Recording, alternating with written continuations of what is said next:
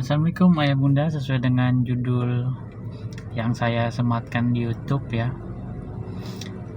Mungkin saya ingin berbagi sedikit pengalaman ya terkait anak speech delay. Jadi kebetulan anak pertama saya itu sedikit mengalami speech delay ya ayah bunda. Jadi anak pertama saya itu baru bisa bicara lancar itu di usia mendekati 4 tahun. Nah, saya sebelumnya mau disclaimer dulu ya bunda.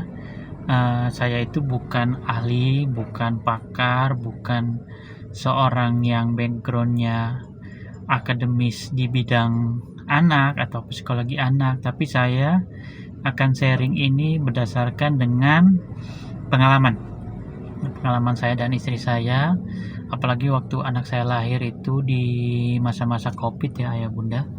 Jadi waktu itu kita benar-benar nggak bisa berdiskusi langsung dengan orang tua saya atau orang tua dari istri. Artinya memang saat itu keadaan terisolir dan banyak hal-hal yang kami lakukan itu malah membuat atau membuat sebuah dampak yang negatif ya bunda terkait dengan speech delay yang akan nanti saya coba sharing. Oke. Pertama-tama kita akan membahas apakah anak speech delay itu pasti autis. Saya rasa mungkin di sini ayah bunda yang melihat video saya mungkin masih di tahap-tahap awal bahwa khawatir. Misalnya anak udah usia 2 tahun atau 3 tahun, 4 tahun itu belum ada kosakata yang jelas atau sama sekali tidak mengeluarkan kata-kata. Nah, ayah bunda jangan langsung panik, jangan langsung bersedih hati dulu ya, karena kita harus istilahnya meneliti lebih dalam terkait anak kita tersebut. Waktu itu kesalahan kami adalah yang paling basic itu kita mengusahakan semuanya gampang, dari mulai dia makan, dari mulai dia nggak rewel itu dengan benar ayah bunda, dengan gawai atau gadget. Waktu itu kita biasakan nonton, kalau saya waktu itu kebetulan langsung di TV karena kita langganan di IndiHome ya, maaf saya sebut merek. Artinya setiap hari anak saya itu kita kasih nonton, bahkan saat nggak makan tuh mereka anak saya tuh nonton 24 jam. Nah mungkin itu awal sekali yang membuat anak kita speech delay. Artinya mereka hanya kalau kemarin saya berbicara saat sebelum kita terapi, jadi anak itu otak kiri dan otak kanannya tidak seimbang. Jadi anak kami itu terbiasa mendengarkan, jadi apa-apa tinggal disediakan, bahkan dia mau minum, dia mau makan itu kami langsung sediakan, dan itu salah besar ayah bunda. Jadi gimana anak itu mau memproduksi suara atau mau berbicara kalau semua yang dia inginkan itu sudah kita siapkan. Nah itu mungkin sesuatu yang bisa ayah bunda pertimbangkan ya untuk menangani anak ayah bunda yang sekarang speech delay satu itu. Nah yang kedua, anak saya itu sekarang sudah 5 tahun ya, maksudnya benar-benar sudah lancar, alhamdulillah semuanya sudah jelas dan malah cerewet sekali ya ayah bunda ya, sesuatu yang tidak kita bayangkan.